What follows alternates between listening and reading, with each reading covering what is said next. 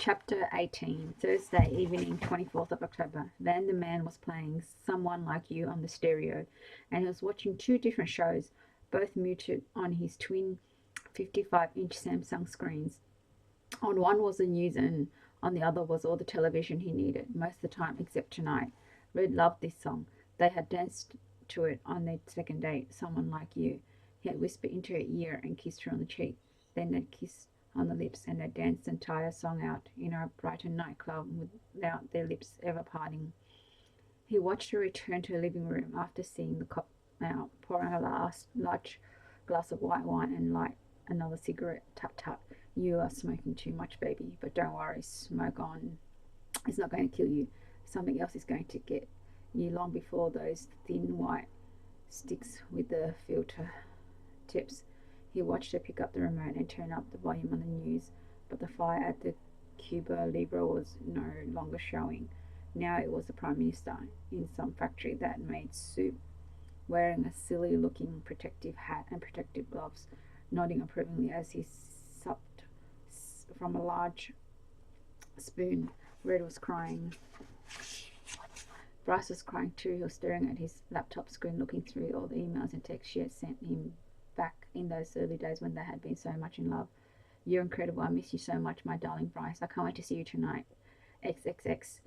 God, my darling Bryce, what have you done to me? Every second without you is pure torture. I crave you. XXX.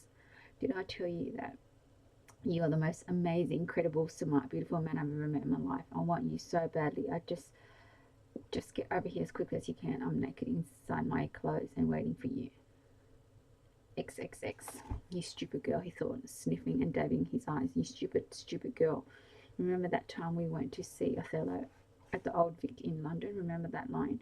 Like the base Indian who threw a pearl away, richer than all his tribe. Remember?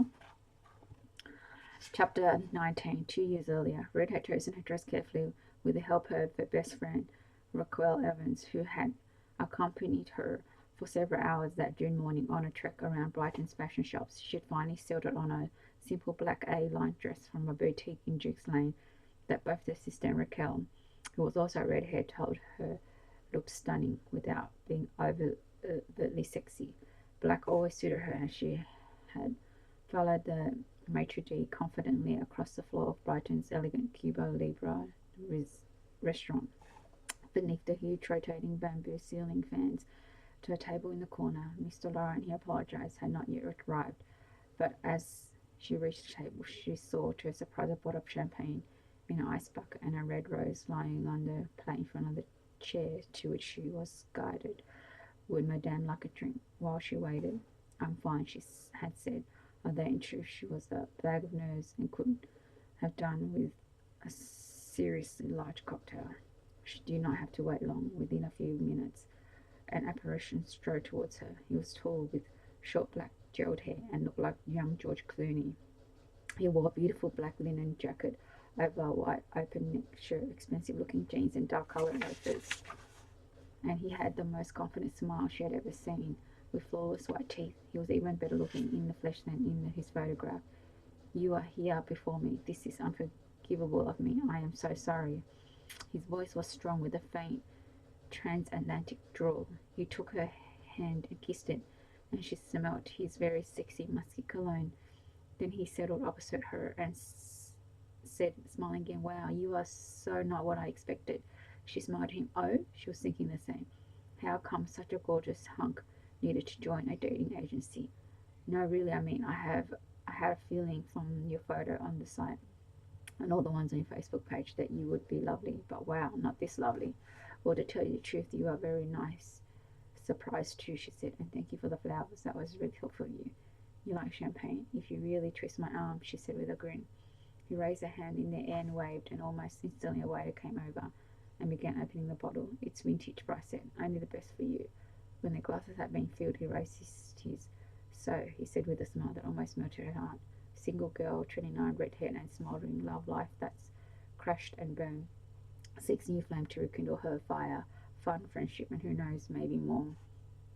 God, she said. It sounded so cheesy hearing it back. Not at all, he said. It's what caught my eye. It's why we're here. I'm already having a good time, are you? I'm having a very good time. They clinked glasses. He drank some and then said, I've been a bit presumptuous. I'm told the menu here is very good, but I thought for our first dinner we should have something a little special.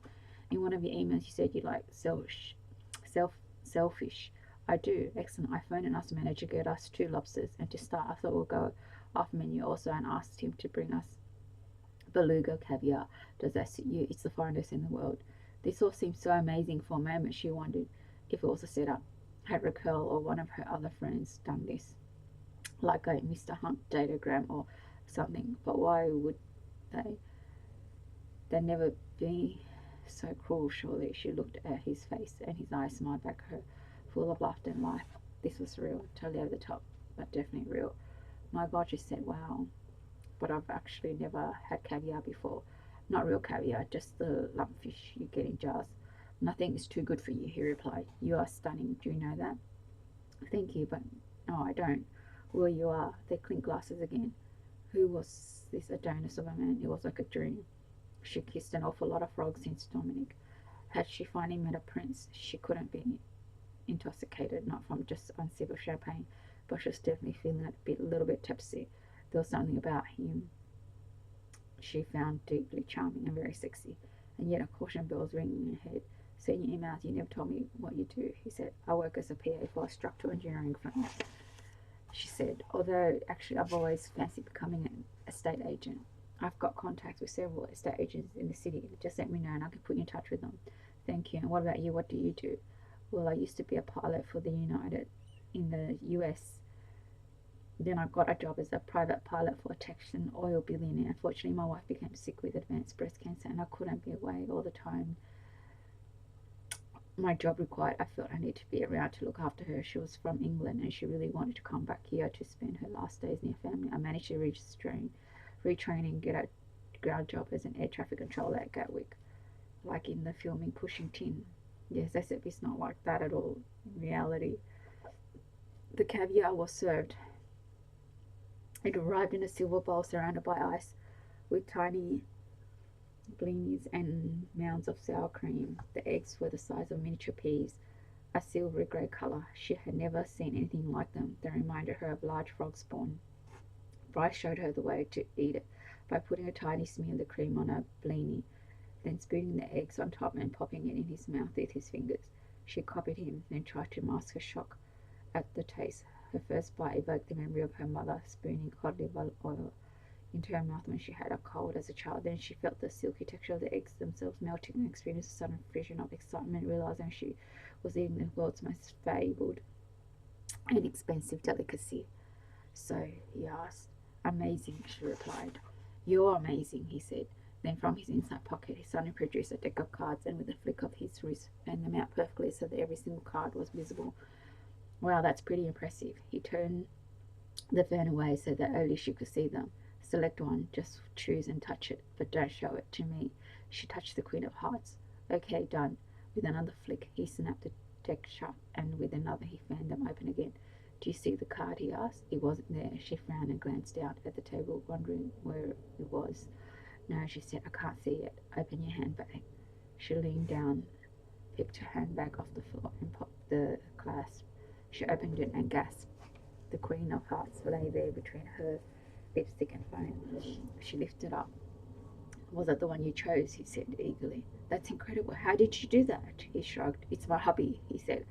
I do close magic for fun. Have you heard of the Magic Castle in Los Angeles? Red shook her head.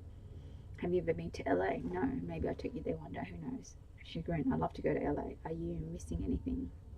Missing anything? I don't think so. He dug his hand into his side pocket and pulled out a watch. It was her wife's watch. Well, how the hell? She exclaimed. He handed it to her and she clipped it back on her wrist. Okay, I'm impressed. I'm impressed too, he replied, with you. Against all the principles and recoils about this, and partly because she was smashed at the end of the meal. She invited him up for coffee. When leaving the taxi waiting, he walked her to the front door of her building. He stroked her face and ran her fingers through her hair. He held both her wrists gently, then gave her a single light kiss on her lips. Not tonight, he said. We've both drunk too much. When we make love for the first time, I want it to be special.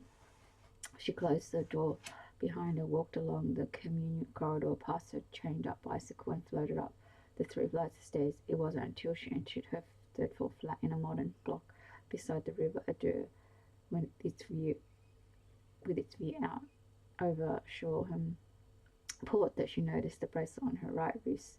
It was a narrow silver band completely circling her wrist, which fitted too snugly to have been slipped over her hand. She stared at it bemused, wondering exactly when he had put it on, just now when he had held her wrist outside. But more puzzling still, there was no clasp. It was solid. All the way around she examined it carefully, tugged at it, but there was no joint, no seam that she could find. On the surface she saw tiny engraved writings. She had to squint to read the words Queen of Hearts, followed by a heart symbol. Then her phone pinged with an incoming text. She put it up her back and looked at the display. If you want to remove it, you have to wait for our next date. She texted back, triple X. Almost instantly, the reply came, triple X. Chapter 20. Friday, 25th of October. Red sat at her tiny breakfast bar, red-eyed from a sleepless night and her chest feeling raw from having smoked far too many cigarettes. Her flat was a mess, its usual state. Her CDs and DVDs were strewn around on the floor beneath the television and stereo stack. She needed to have a good tidy up, but at the moment that was the first thing from her mind. Her laptop was open, displaying the front page headline of the Argus Online: Brighton restaurant destroyed in blaze. There was a photograph of Cuba Libre surrounded by fire engines. Its beautiful grey facade blackened. It was 8:28 a.m. and she stared at the television, waiting for the local news to come on, spooning porridge into her mouth with no appetite and sipping her coffee. Outside it was pelting with rain, making her dismal view of the fire escape opposite even more dismal. Suicide. It wasn't possible. It was so not possible. It had to be mistaken identity. Whatever had happened to Carl, he had not killed himself. No way on earth. She felt terrible. October was always a grim time of the year, with the prospect of months of winters ahead and the prospect of a lousy weekend in front of her. Carl had talked about them going away to a hotel he knew in New Forest. That was clearly not going to happen now, unless miraculously he contacted her. Otherwise, Sunday lunch with her parents loomed. Red, the saddest single, and her elderly, hugely successful sister, married and very smugly pregnant. She felt she was the lame duck of the family. Margot, in addition to being married to a successful London hedge fund manager, had her own meteoric career in a city law firm. And here she was struggling to write sales copy for a grotty little house that no one in their right mind would want to live in, and living in hiding herself, stalked by her ex, and her most recent date dead. Could Bryce have had anything to do with that? Absurd. She stared down at the bracelet, the one Bryce had slipped on her wrist. I noticed that very first date at Cuba Libre restaurant. She remembered that on her second date, when she had told him she could not remove it and asked him how the hell he had ever put it on. Hagrid told her a magician never reveals his secrets. He would only take it off, he said, when she was no longer his. The tarnished thin silver band had been on his wrist for so long she rarely noticed it, but she stared at it now. She had lost over a ton in weight in the past few months from worry, and the bracelet hung loosely on her wrist, but still nowhere loose enough to slide it out of her hand. She had toyed with going to a jeweler and asking them to cut it off, but something held her back from doing that. Fear that if Bryce saw her in the street without it, might antagonize him further. Then she heard the words of the golf course on the television and instantly looked up at the screen. She saw a cluster of police vehicles in front of the wooded area, a crime scene tape. Officers in blue protective oversuits and a large screen. A male presenter holding a microphone in his hand, hair matted by the rain, and looked like he would rather be anywhere but there. Said Sussex police have not yet released the identity of the charred body of a male found in a ditch close to the third tee of Haywards Heath Golf Club yesterday. Red felt a tightening in her gut. Was that Carl? God, was it? So she grabbed her phone and dialed Raquel's surgery number. But the answering machine kicked in. It was out of hours. She hung up and dialed Raquel's mobile number. She left messages the night before, but her friend had not got back to her. Sorry to call so early, Rack. Can you just tell me something? Has Carl Murphy been in office? I mean, was he in yesterday? Raquel's voice sounded strange. Sorry about last night. We were out at a dinner. No, he wasn't. Maybe I'm going out of my mind, but I think something has happened to him. The police came and saw me last night about a body that's been found. You're not going out of your mind. I think you could be right. Why? What are you saying that? Why are you saying that? I had to come in early at the request of the police. Carl's a patient. They've asked for his dental records. On the television, the scene suddenly cut to a conference room against the curved blue backdrop of a display board bearing the web address www.successpolice.co.uk and an artistic display of 5 police badges on a blue background with Crime Stoppers number prominently displayed beneath. A slim suited man with short gelled hair, face, fair hair, and blue eyed, looking very serious, was speaking. Along the bottom of the screen ran the caption Detective Superintendent Roy Grace of Surrey and Success Major Crime Team. We're hoping to have a formal identification of this man later today. He said, however, at this time, the post-mortem results are inconclusive. I would appeal to anyone who was either on Haywards Heath golf course or in the vicinity between the hours of midday Wednesday and 9 a.m. Thursday who saw anything suspicious or who noticed any motor vehicle parked out of place to come forward and phone the police or Success Crime Stoppers on the following numbers. Chapter 21, Friday, 25th October. Bryce Laurent also had his television monitors on, all 6 of them. On one screen was breakfast television news, but it was a different one that interested him more. Red Westwood on the phone talking to her best friend Raquel. He'd been out for meals with Red, Raquel and her husband Paul, a local GP, as well as to the cinema and the theatre.